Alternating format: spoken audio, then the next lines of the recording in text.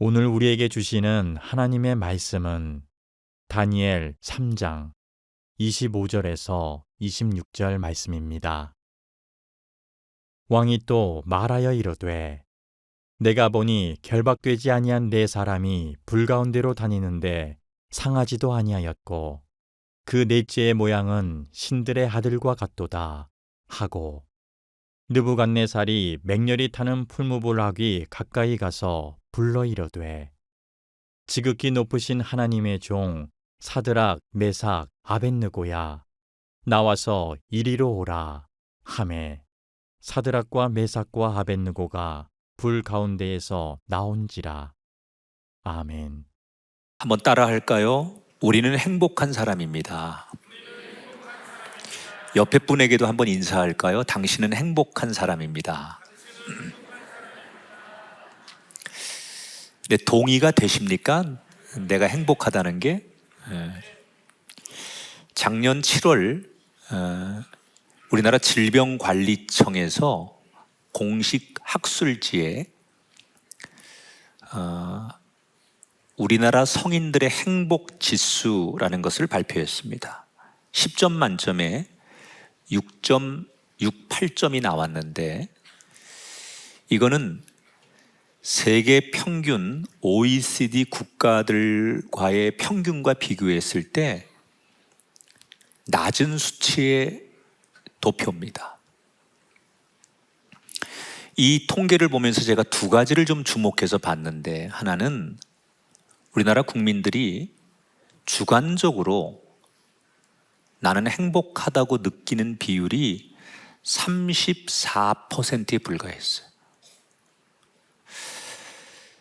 그러니까 대다수가 우리나라 국민들이 지금 난 행복하지 않다 이렇게 느끼는 거잖아요. 또 하나, 나이가 들어갈수록 주관적인 행복 지수가 낮아지는 것으로 나왔어요. 저는 가장 바람직한 사회는 노후의 행복감을 느낄 수 있는 사회라고 생각해요. 근데 이건 거꾸로잖아요. 젊을 때 좀 고생하고 힘들어도 나이가 먹어가면서 참 행복하다, 이런 사회가 좋은 사회인데 우리나라는 거꾸로예요. 나이가 들수록 행복감의 지수가 점점 떨어지고 있으니 이건 정말 개선이 좀 시급하다, 그런 생각이 듭니다. 분명히 예전보다 경제력도 좋아지고 의료 기술도 많이 발전을 했습니다. 그런데 왜 우리나라 국민들은 행복 지수는 점점 떨어지는 걸까? 이렇게 현실적으로 너무나 우리가 힘들게 살고 있는데 성경을 보면 우리가 잊을만 하면 한 번씩 잊지 말라고 쿡쿡 찔르는 말씀이 하나 있어요. 바로 신명기 33장 29절의 말씀인데요. 뭐라고 기록되어 있어요? 너는 행복한 사람이로다. 하나님이 성경에 나는 현실적으로 행복하지 않은 인생이라고 말하는데 그런 나에게 아니야, 너는 행복한 존재야, 이렇게 말씀하십니다. 분명히 내가 사는 현실은 불행하다고 느끼고 또 그런 것을 많은 분들이 공감하고 있는데 왜 성경은 현실과 반대되는 너는 그래도 행복한 존재야, 이렇게 말씀을 하시는 걸까? 그래서 저는 오늘 도저히 행복할 수 없는 것 같은 상황에서도 당당하게 행복을 선포했던 대표적인 사람들의 이야기를 소개해 드리려고 합니다. 바로 다니엘서의 이야기입니다. 다니엘서는 다니엘과 세 친구의 이야기잖아요. 이스라엘의 역사 이야기예요. 다니엘과 세 친구는 주전 605년에 예루살렘을 침공한 바벨론에 의해서 바벨론에 끌려갑니다. 바벨론은 당시에 식민지에서 잘생기고 똑똑한 이 청소년들을 친바벨론화 하기 위해서 많은 젊은이들을 끌고 갔어요. 그때 다니엘과 세 친구가 끌려가게 됩니다. 이들은 자기처럼 끌려온 또래들과 함께 바빌론의 학문을 공부합니다. 전혀 낯선 타국에서 낯선 언어를 들으며 낯선 학문을 배우는 거죠. 그런데 다니엘과 세 친구는 하나님이 주신 지혜로 열심히 공부를 해서 그 중에 톱에 올라서게 됩니다. 그리고 훗날 그 실력을 바탕으로 다니엘은 바빌론에서 중앙의 총리가 되고 세 친구는 지금으로 말하면 도지사가 됩니다. 어느 사회나 그렇지만 누구 하나가 잘 나가면 꼭 질투의 대상이 됩니다. 특별히 그 사회의 비주류가 잘 나가면 반드시 그 사람은 시기의 대상이 되죠. 다니엘과 세 친구도 마찬가지였습니다. 식민지 땅에서 건너온 촌뜨기들이 자기들보다 더 잘 나가니까 본토 사람들의 질투와 시기의 대상이 됩니다. 그래서 다니엘과 세 친구는 수시로 정치적인 음모의 대상이 되곤 하는데 그 대표적인 이야기가 오늘 우리가 읽은 다니엘 3장에 나오죠.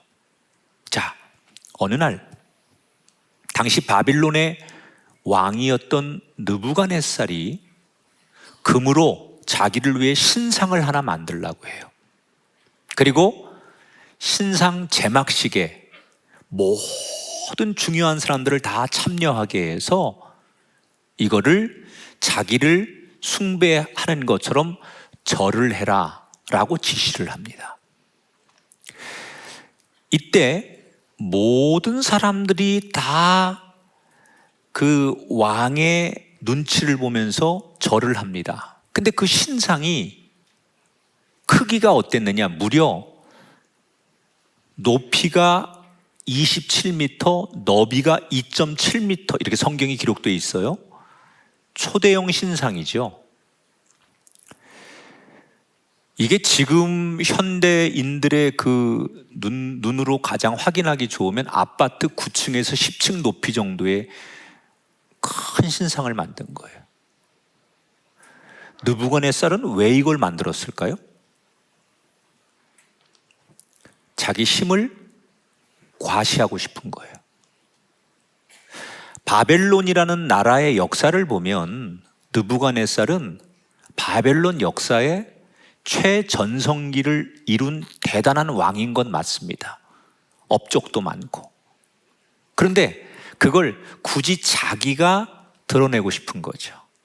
그래서 자기를 과시하고 싶은 마음에 엄청난 신상을 만든 거예요. 이 느부갓네살 왕의 칙령을 보면 이런 거예요. 너희들이 어떤 신을 섬기든 상관없고 무슨 종교를 갖든 상관없다. 어떤 신을 섬겨도 되는데 우선 나부터 섬기고 그 다음에 너희들이 믿는 신을 섬겨라. 그런 얘기입니다.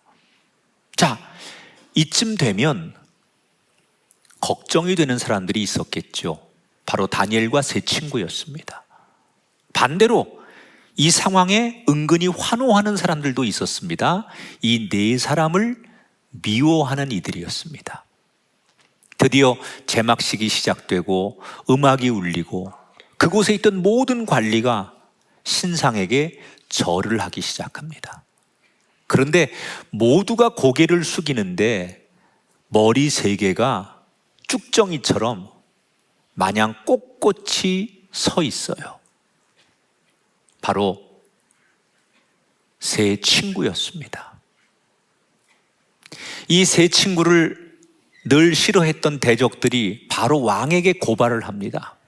왕의 명령을 충성을 하지 않는 불충한 자들이라고. 분노한 왕이 이 세 명을 부르더니 직접 신문을 하고 회유를 합니다. 지금이라도 너희들이 내가 보는 앞에서 이 신상에게 절을 하고 충성을 맹세하면 살려주겠다.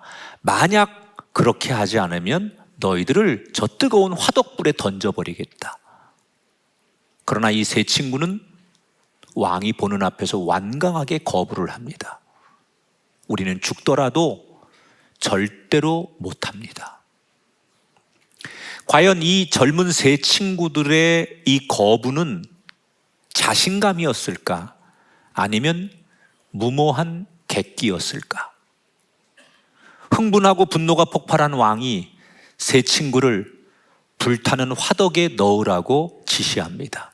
그것도 평소보다 7배나 불을 더 세게 해서 넣으라는 거예요.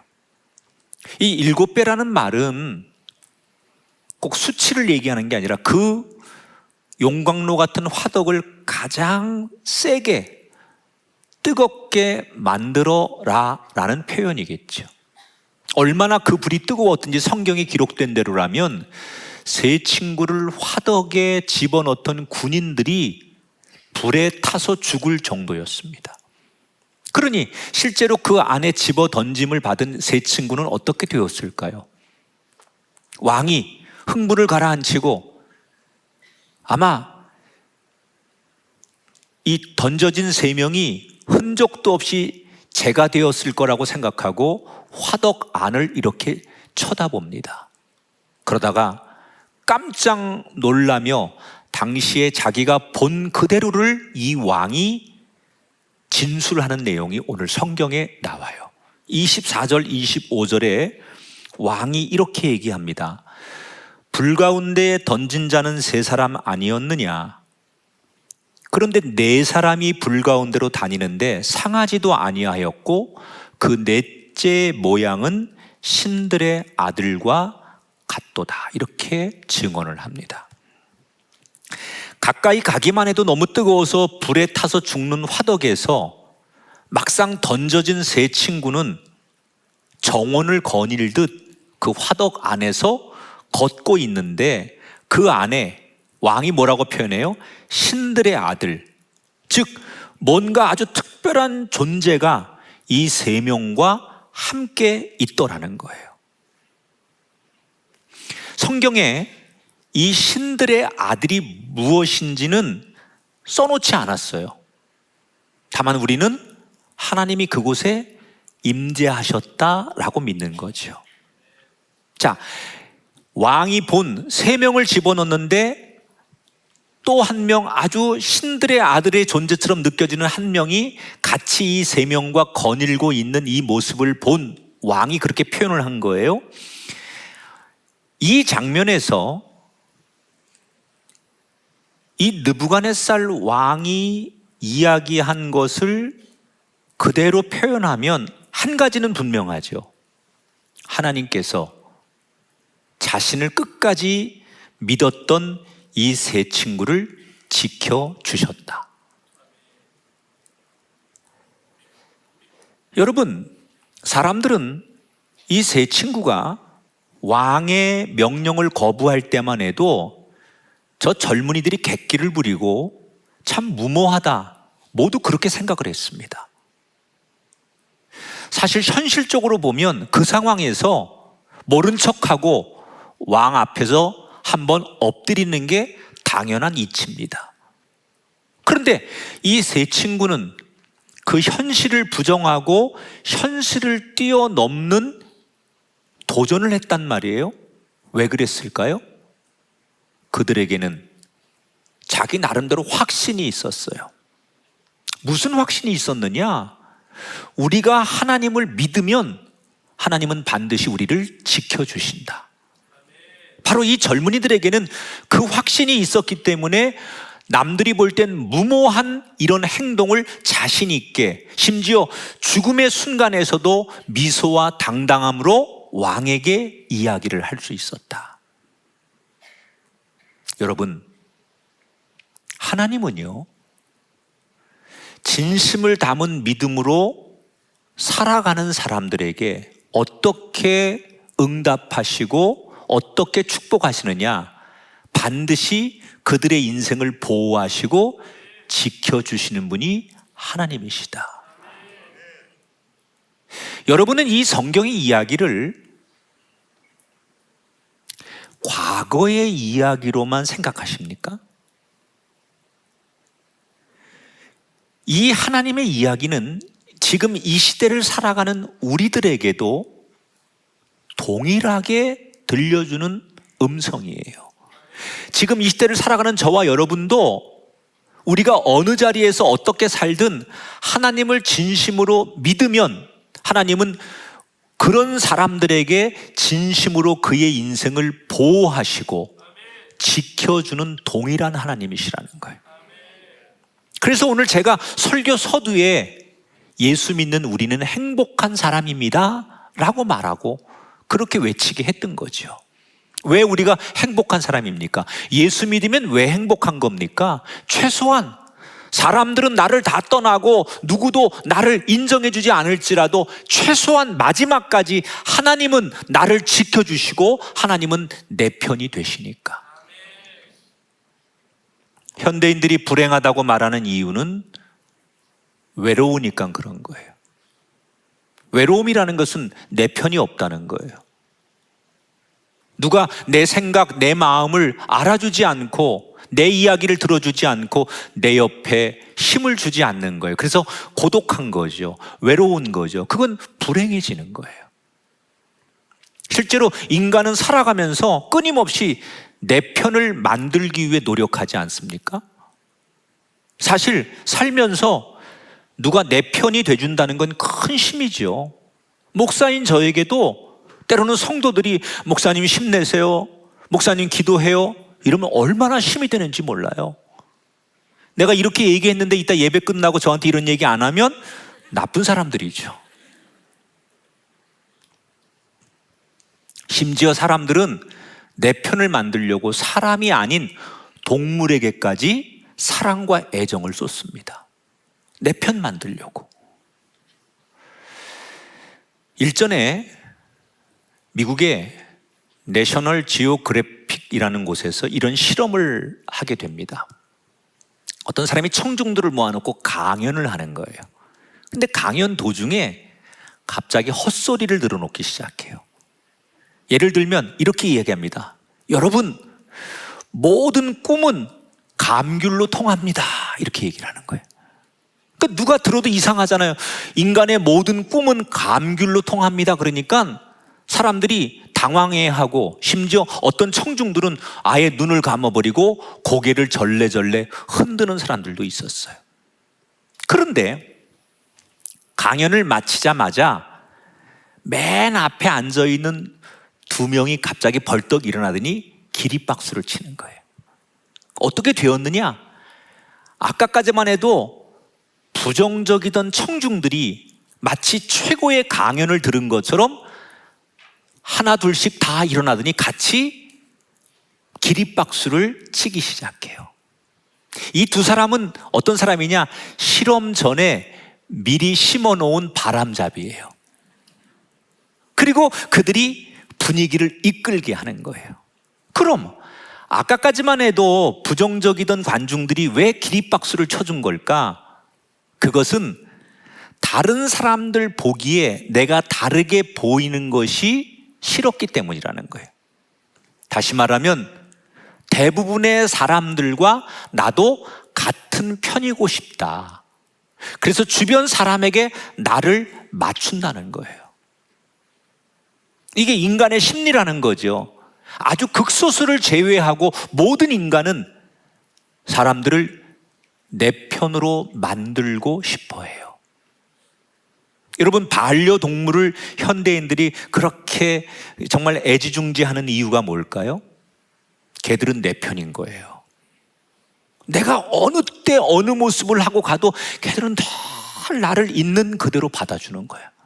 내가 뭐 돈을 많이 벌었고 내가 뭐 세상에서 뭐 인정을 받았고 상관없이 나를 있는 그대로 받아주는 존재가 반려동물이에요. 그래서 그 동물이 나에게 주는 사랑, 꼬리를 흔들어주고 나를 반겨주는 그 모습에 사람들은 위로를 받는 거예요. 근데 우리가 여러분 잊고 사는 게 하나 있습니다. 그게 뭔지 아십니까? 천지를 만드시고 우리를 창조하신 하나님께서 무슨 일이 있어도 언제나 우리와 함께 하시고 우리를 바라보시고 우리와 동행하시는 임마누엘의 하나님이라는 거예요. 여러분, 구약 성경에 보면 이스라엘 백성들이 광야 40년을 지날 때 매일 불평하고 심지어 원망을 해도 하나님은 그 소리를 다 들어주면서까지 그들을 지켜주셨던 분이에요. 때때로 우리가 하나님 앞에 부족한 언행을 할지라도 여전히 하나님은 우리를 버리지 않고 지켜주십니다. 특별히 하나님이 먼저 우리에게 약속하신 말씀이 있는데 그게 뭐예요? 나를 아버지로 고백하고 믿는 사람을 나는 눈동자처럼 지켜주겠다. 목사님, 성경엔 그렇게 써 있는데요, 나는 안 믿어져요. 지금 내가 살아가는 내 삶이 너무 고통스럽고 고난과 아픔이 많다 보니 하나님께서 정말 나를 눈동자처럼 지켜주신다는 그 말씀이 믿어지지 않아요. 이런 분이 있어요.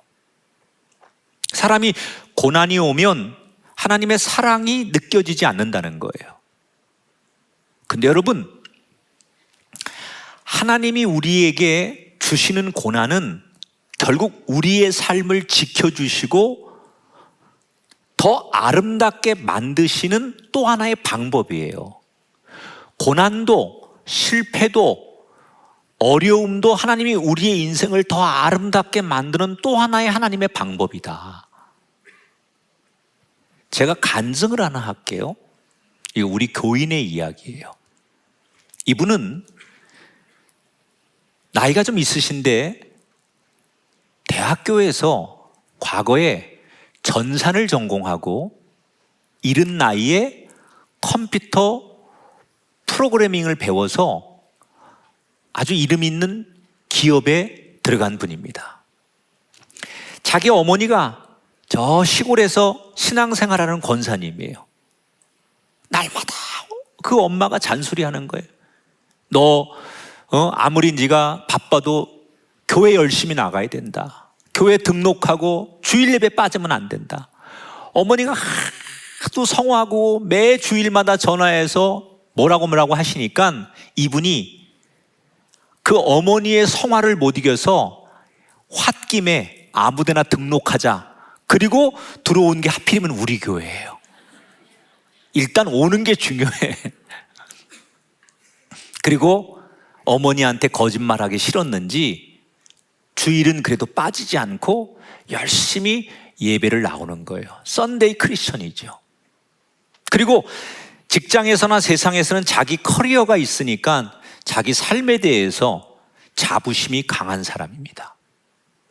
어느 날 지방에 계신 어머니가 생일을 맞이해서 어머니 생일도 축하할 겸 어머니를 보려고 하루 휴가를 냈어요.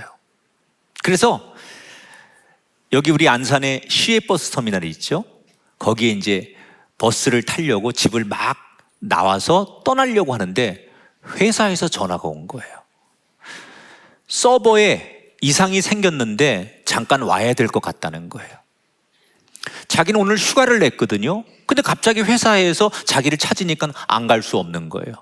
그래서 어머니에게 전화해서 갑자기 급한 일이 생겨서 조금 늦게 출발하겠다고, 그리고 회사를 가서 서버를 보는데 하필이면 뭐 누가 뭘 잘못 만졌는지 회사가 정전이 되어버린 거예요.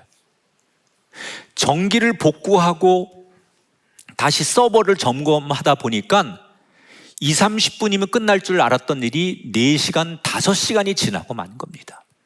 이분 너무 화가 난 거예요. 난 오늘 휴가를 내고 어머니 생신 축하하려고 시골 가는 날이었는데 갑자기 회사가 날 불러가지고 일이 꼬여가지고 너무 하루가 망쳐진 거죠. 일을 다 끝나고 나서 오늘 휴가 못 쓴 거 내일까지 쓰겠다고 퉁명스럽게 통보를 하고 오후에 버스를 타고 고향에 내려갔어요. 늦은 저녁을 먹고 어머니와 함께 9시 저녁 뉴스를 보는데 사고 소식이 나오는 거예요. 한 버스가 고속도로에서 연쇄 추돌로 20명이 죽거나 다친 그런 소식이었습니다. 그런데 뉴스를 보다가 그 버스가 익숙하더래요. 잘 보니 안산에서 자기 고향으로 가는 버스였고, 시간대를 보니까 자기가 원래 처음에 타려고 했던 그 버스인 거예요. 어머니에게 이 사실을 다 이야기했더니 옆에서 같이 뉴스를 보던 그 어머니 권사님이 울면서, 네가 저 버스를 탔으면 너도 죽었을 수 있었을 텐데 하나님이 너를 살려주려고 하필 그 시간에 회사에 서버에 문제가 생기게 하시고, 하필 그 시간에 정전이 되게 하셔서 너로 하여금 그 버스를 타지 못하도록 어떤 방법을 통해서 너를 도우셨나 보다. 생각해 보니까 이건 내가 원해서 일어난 일이 아니거든요. 나는 그냥 그날 하루 재수가 없어서, 운이 없어서 벌어진 일을 수습하기에 바빴는데, 가만히 보니까 이건 인간이 만든 작품이 아닌 거예요. 처음엔 너무나 화가 났는데 이 모든 일을 하나하나 퍼즐 맞추듯 맞춰보니까 이건 하나님이 그 시간마다 역사하신 것이 분명하다는 생각이 들더래요. 이때부터 이분이 달라진 거예요.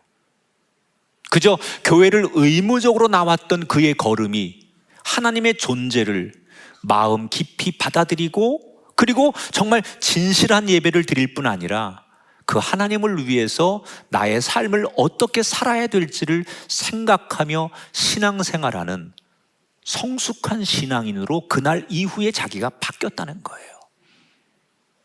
여러분 보세요.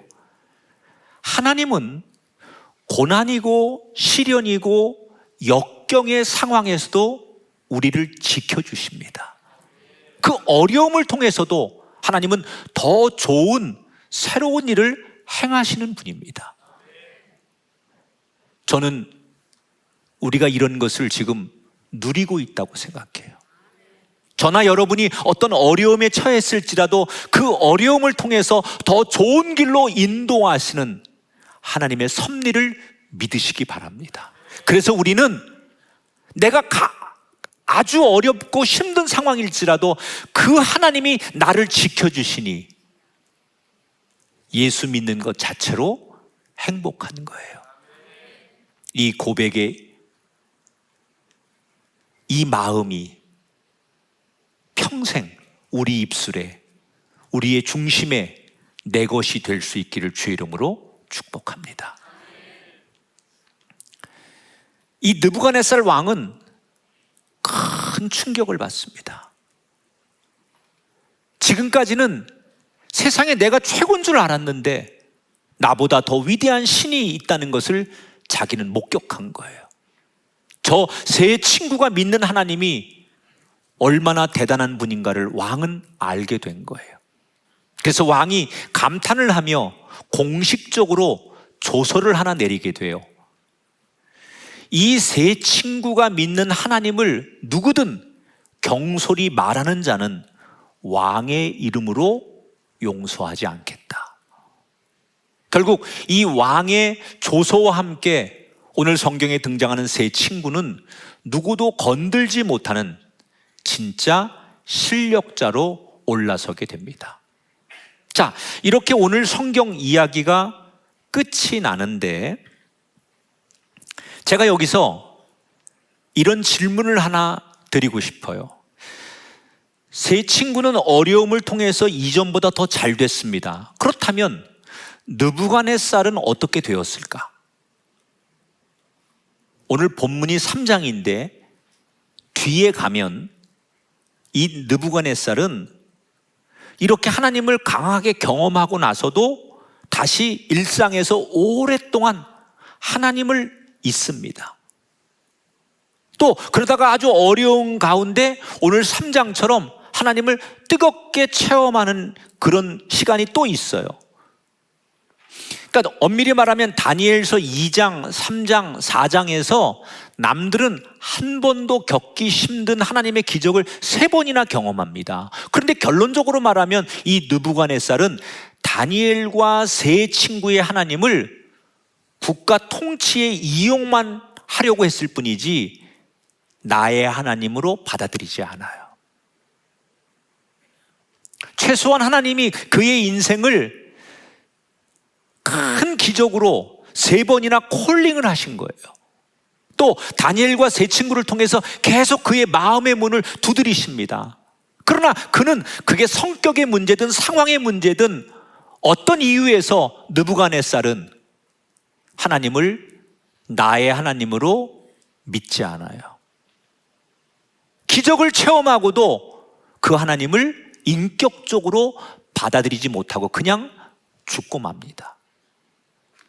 시간이 지나서 여러분, 살아있을 때 느부갓네살은 당대 최고의 권력자였던 것은 맞습니다. 그러나 그가 하나님 앞에 섰을 때 그는 그냥 하나님 앞에는 한 불쌍한 인생으로 끝나는 거예요. 반대로 당대에서는 치열한 정치 싸움에 휘말려서 어려움도 억울함도 겪었지만 결과적으로 하나님께 인정받고 보호받아서 하나님 앞에 섰을 때 당당한 승리자가 되었던 세 친구. 누가 진짜 행복한 인생일까요? 하나님 믿고 마지막에 잘 되는 이 세 친구의 인생이 진짜로 행복한 인생인 줄 믿습니다. 우리는 착각합니다. 우리가 이 현실 속에서 느부갓네살처럼 뭐 스펙을 많이 쌓고 업적을 많이 쌓고 경제적인 뭐 부를 많이 쌓고 또 남들에게 내가 영향력 있는 팔로우가 되고 무슨 뭐 이 굉장히 능력 있는 인기 있는 사람이 되면 성공한 것처럼 생각합니다. 근데 여러분 속고 있는 거예요. 이 현실 세계에서 아무리 잘나도 마지막 하나님 앞에 섰을 때 그가 어떤 사람이냐를 평가받는 게 중요한 거예요.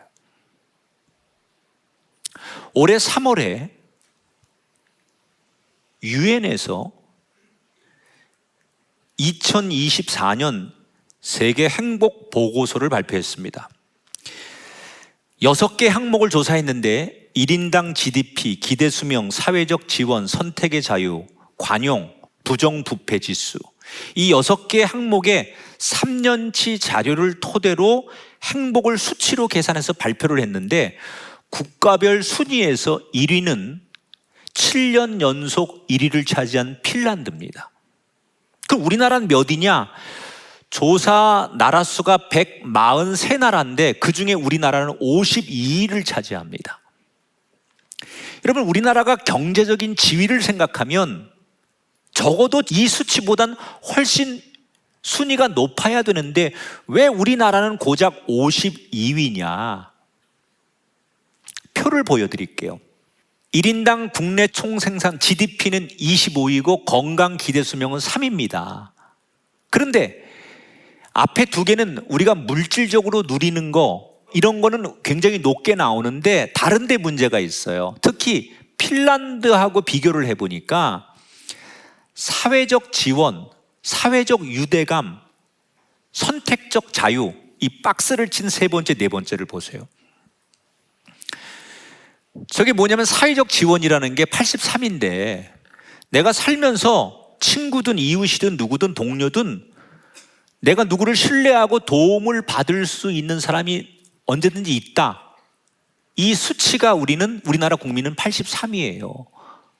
그리고 내가 직업이 됐든 뭐 물건을 선택하든 인간관계를 하든 내가 사는 현실 속에서 자유롭게 내가 선택할 수 있는 그런 것이 있다. 이거에 대해서도 우리나라 사람들 발표를 했는데 대답을 했는데 99위예요. 핀란드는 두 개 다 2위입니다. 뭘 말하는 겁니까? 아무리 잘 먹고 잘 살아도 내 편이 없으면 행복을 느낄 수 없는 거고 아무리 윤택하게 살아도 선택의 자유가 없으면 행복을 느낄 수 없다는 거예요. 진짜 내 편을 찾고 후회하지 않는 선택을 할 때 우리는 비로소 나는 행복해 라고 말한다는 거예요. 그러면 이렇게 살려면 어떻게 해야 되는지 오늘 성경의 세 친구가 우리에게 말해주고 있잖아요. 하나님을 믿으면 끝까지 하나님이 내 편이 되어주시고, 내가 하나님을 신뢰한 만큼 하나님이 세상 끝날까지 나와 함께 하시고 내 생각을 응원해 주시고 나에게 도움이 되시는 임마누엘의 하나님. 때때로 내가 앞으로 어떤 길을 선택해야 할지 막막하고 두렵고 내 인생이 캄캄할 때 하나님께 의지하면 하나님께서 내가 가야 할 길을 알려주기도 하시고 내가 가야 할 길을 동행해 주기도 하시는 분이 하나님이죠. 그래서 오늘 이 시대에 진짜 행복한 사람은 누구냐? 돈이 많아서가 아니에요. 예수 믿는 사람이 진짜 행복한 사람이에요. 궁핍하고 가난하고 병들었을지라도 내 인생에 늘 지지해주고 끝까지 나를 버리지 않을 수 있는 존재를 내 옆에 두고 있는 예수 믿는 우리는 행복한 사람들이에요. 내가 무언가를 선택할 수 없을 때 지혜를 주시고 비전을 주시면서 내 삶의 길을 이끌어 주시는 하나님을 믿는 사람이야말로 가장 이 시대에 행복 지수가 높은 사람들이다. 그래서 저는 여러분에게 말합니다. 예수 잘 믿으십시오. 혹시 중간에 어려워도 다른 거는 다 잃어도 예수님 믿는 믿음은 잃지 않게 되기를 축복합니다. 건강을 잃고 물질을 잃고 명예를 잃을 수는 있어요. 그러나 예수님을 잃지 않으면 우린 다시 살아갈 수 있는, 일어날 수 있는, 회복할 수 있는 근거가 됩니다. 한번 따라 합시다. 예수 믿는 우리는 행복한 사람입니다. 정말로 예수 믿는 것을 우리는 감사하게 생각하고요. 내가 예수 믿음으로 그 어떤 사람보다도 행복의 조건을 가지고 있다는 영적인 눈으로 통찰력으로 자신의 인생을 바라보고 분석하게 되기를 축복합니다. 여러분 당당하게 걸어가십시오. 나 예수 믿는 사람인데 뭐가 두렵습니까? 내 뒤에 하나님이 나의 백그라운드가 되어주시고 내 옆에 천군 천사가 나를 호위하고 지켜주고 성령님이 나의 앞길을 인도해 주시는데 뭐가 두렵습니까?